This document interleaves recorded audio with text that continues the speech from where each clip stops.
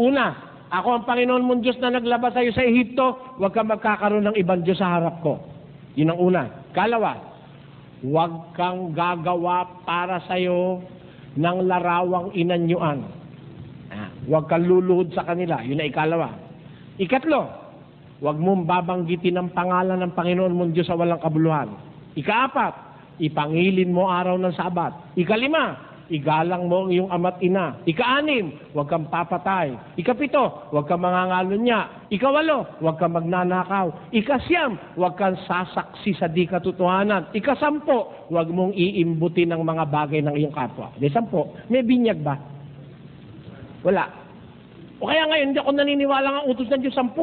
Utos yung Diyos yung magbinyag Sabi sa pasyon, magmula sa Jerusalem, lahat ay inyong libutin at aralan ng magaling ang taong nagugupiling ng sasalay di mahimbing. Ang sinumat aling tao, aralat binyagan ninyo. O, pinapabinyagan Ang tumanggap ng bautismo at maniwalang totoo, siya kung magiging katoto. Ayun.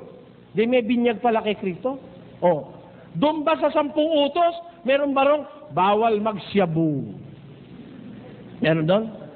Wala Narinig nyo naman, inisa-isa ko Kaya sa panahon ngayon, hindi 10 utos.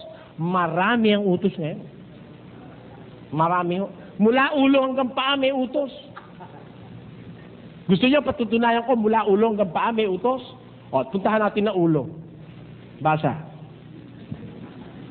11. Pakinggan nyo. 11-14. Hindi baga ang katalagahan din ang nagtuturo sa inyo. Anong turo?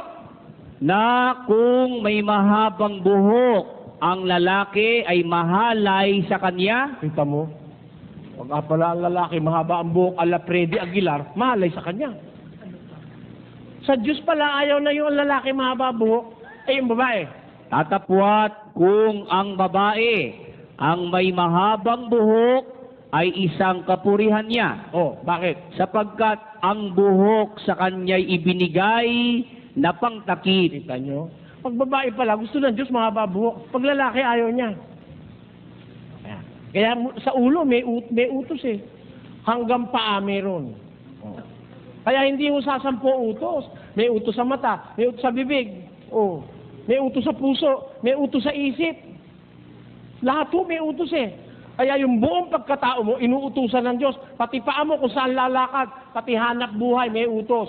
Bawal lang maghanap buhay sa sugal, sa Biblia. Bawal lang tagatagay ng alak.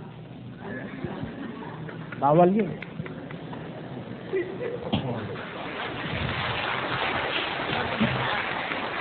Kaya kung tatanungin nyo ako ilan ang utos sa panahon natin, ang dami ang dami.